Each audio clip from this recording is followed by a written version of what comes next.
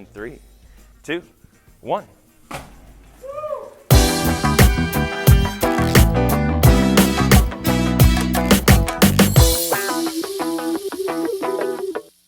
Hey everybody, I'm meteorologist Paige Nix along with Miss Kelsey Cowan. We are back at Site B for Museum of Discovery. Of course, we talked about in our previous video, they did experience some water damage from the bitter cold and epic snow that we had. So while everything's getting cleaned up over there, we're still continuing with that home discovery series right here at Site B. So let's talk about this next one. This is called wire sculpture. Absolutely. You're bringing out some artistic abilities, and I'm not so great at this, so I feel like you're going to outshine me once again. But I don't know about that. It's pretty fun, it looks like. Absolutely. Okay, so this would be an activity we would typically have in our tinkering studio. Okay. And what we really encourage there is the kind of the art of curiosity in there. So be able to kind of take these open-based projects or open-ended projects and really let kids and families to be able to kind of explore however their heart desires, really. So that's what we're going for. What do you need to do this with? Yeah, so honestly, you need some wire, of course. You can go to your local craft store. And I will warn you that a thinner gauge wire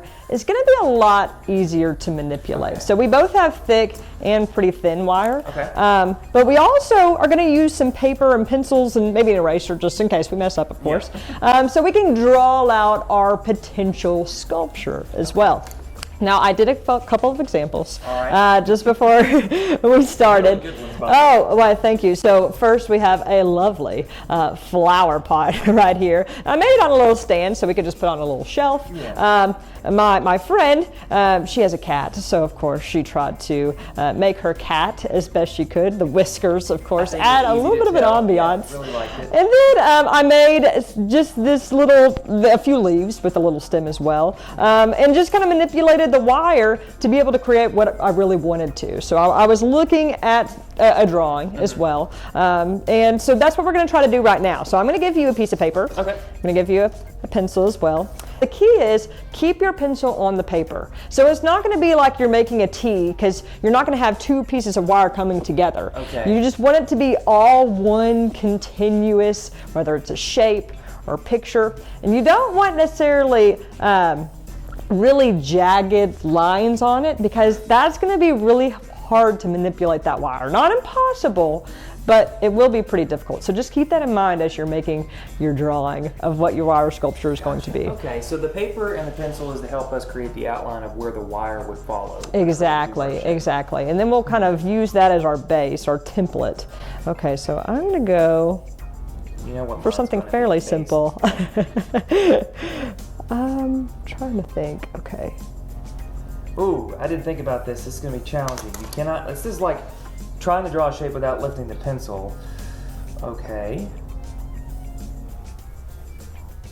I think I've got mine. Ooh, I should have known what you were going for. Oh yeah, it's got to be weather-based. There. Oh, that's lovely. That's fantastic. See how easy that one is? I think you have a challenge ahead of you, but is it doable? It might be. We'll find out. I just went with the heart with a couple of squigglies at the end. But just notice, of course, we didn't lift our pencil up.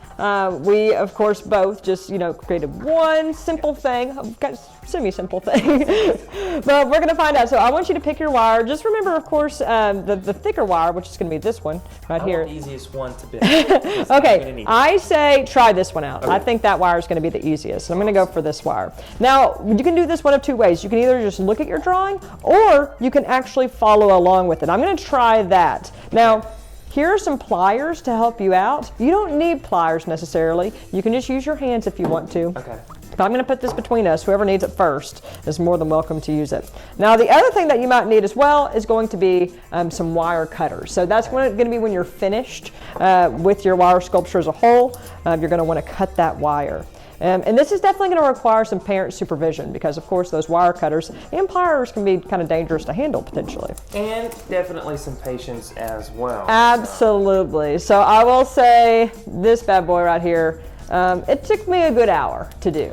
But it's probably one of the most complex designs that we have of all the different shapes. It is. It looks really good, though. I typically get as much wire out as I can to begin it. And then well, in the magic of video editing, we can speed this up. So guess what? Ooh. We're gonna do this right now.